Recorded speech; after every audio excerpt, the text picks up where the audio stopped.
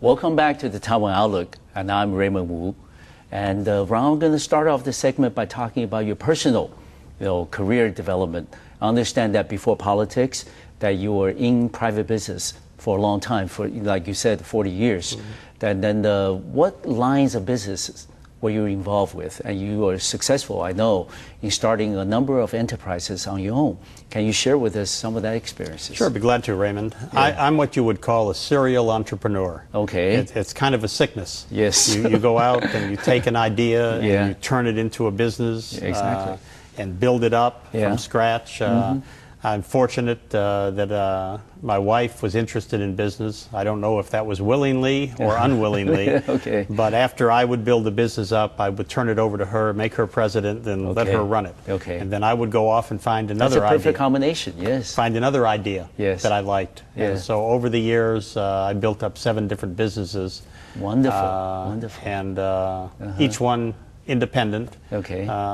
And I still, even though I tried to retire 5 years ago when I got involved in politics, and my friends called me up and said, "Oh, you're not doing anything now. You can run for city council." That's right. So my wife loves it because it gets me out of the house in the morning. Okay. And I don't come home till late at night. Okay. And it sort of kept me from starting more businesses to which I could make her president and let her run them.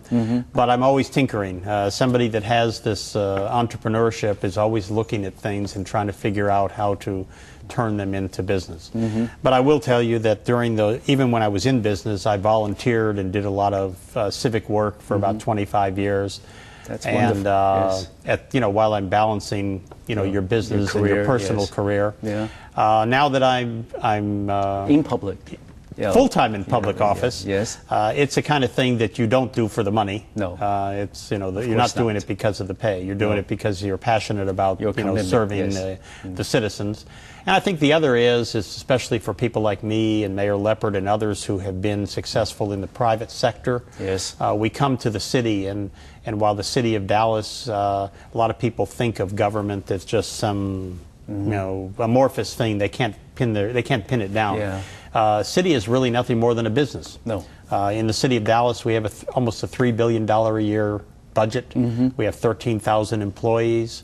It's a big sizable, business. Yes. The only difference is our mission is to not make money. Our mission is to serve the citizens. Yes. So the ability to take the lessons that we've learned from the private sector and bring them to the public sector to help us be more efficient, to be more customer service related.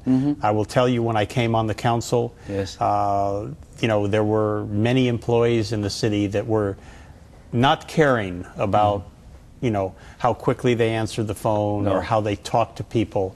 Now we measure our customer service levels, and they continually improve. Okay, and good. the responses we get now, so I think it's a different city of Dallas government today than it was 5 or 10 years ago, and which is better because we're providing more services for less money, which means less taxes to the citizens and better services at the same time. So I think it's a good blend to bring the people from the private sector and take all that experience who can afford to donate their time, sort of, make that commitment, and do it. So it's a lot of fun. Yes, but to some people, Ron, I mean, at least on surface, that you think that being the government and experiences in the private sector are sort of contradictory.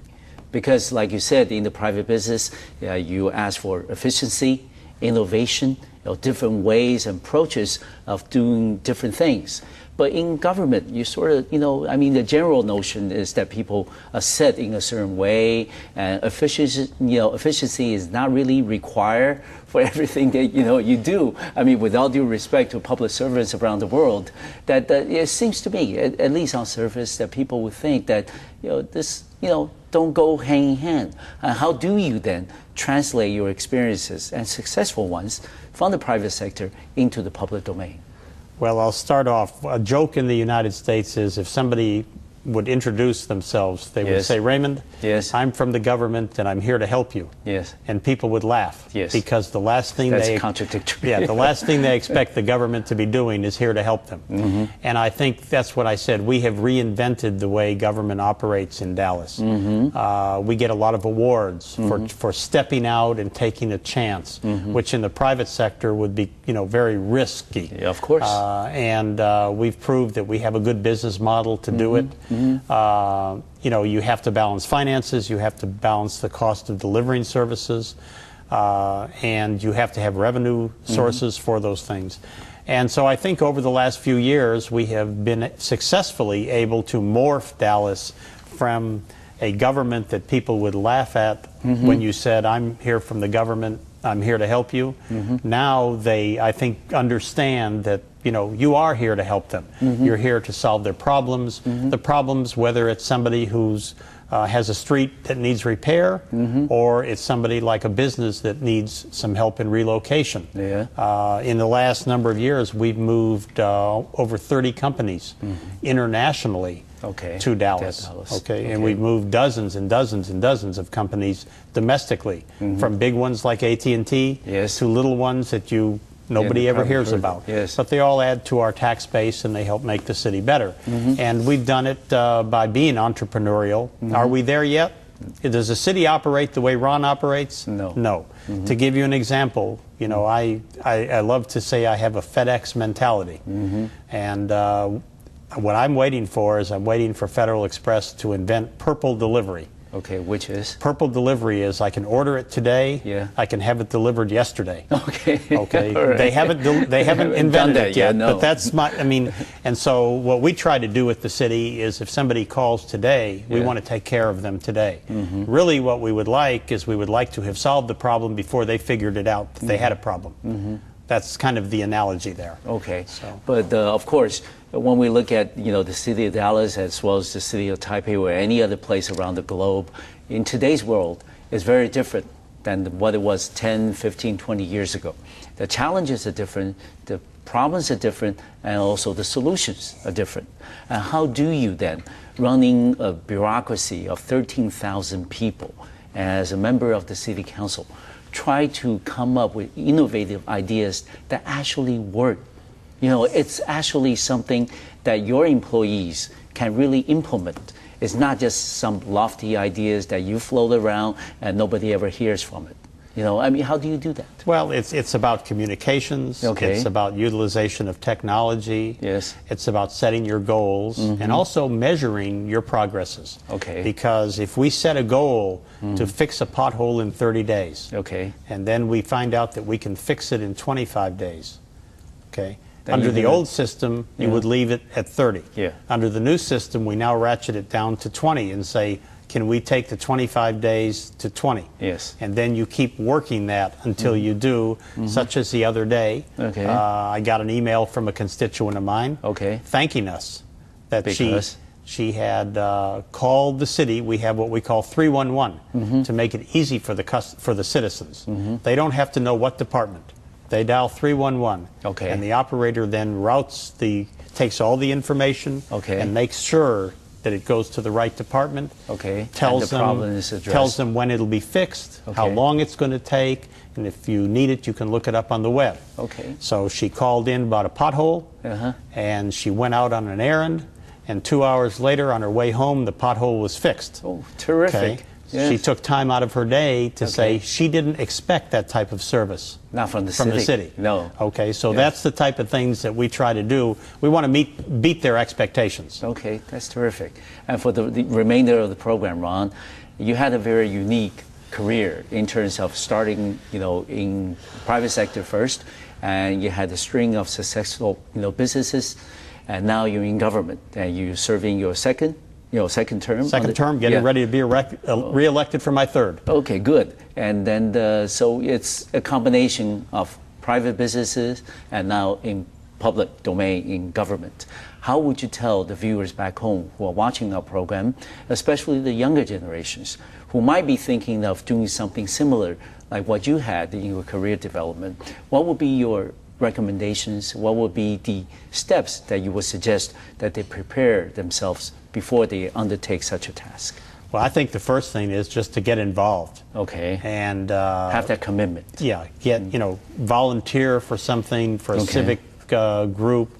Contact their local city government. Okay. And say, hey, I would like to volunteer and help you with something. Okay. And it's one of those things, you live in this world and you're passionate about it. Okay. And you're comfortable. And you're excited all at the same time. And if you are, you can be successful in it. Exactly. It cannot be the kind of thing you can't be bothered by people criticizing you. Yes. I think you have to have mostly, I think, the passion about serving. Yes. And then the other is I'm very fortunate in that my kids are grown and I don't have to worry about the financial aspects of serving. Exactly. But you have to be careful that you don't deter from your private life or your business life, because at the end of the day, while volunteering is good, if your private business suffers because you're volunteering too much, or you're not going home to see your wife or your kids, then you got your priorities mixed up. So I think it's just, with that comes an element of patience to make sure that you do it at the right time. And then when you do it the way I do things, I mean, I roll my sleeves up and it's 200%. So yes. Okay, good. Finally, Ron, are you happy that you did? Oh yeah, I wouldn't. You couldn't pay me enough money to do this. They don't pay me anything anyway. No. But it's the kind of thing. It is. As I was growing up, I would have never dreamed that I would find myself in public service, in a government role as a city council member. Okay. But I think it's one of the pinnacles of my career. Yeah. Well, it's a pleasure to have you on the program, Ron. And certainly, I think along with a lot of viewers at home, we certainly learned a lot from you today from what you said on the program. I look forward to more beautiful things happening between the cities of Dallas and Taipei. And welcome to Taiwan again. Well, thank you very much, Raymond. I've enjoyed it, and I look forward to being here again. Yes. Thank you for watching our program. I'll see you next time on Macroview Television. See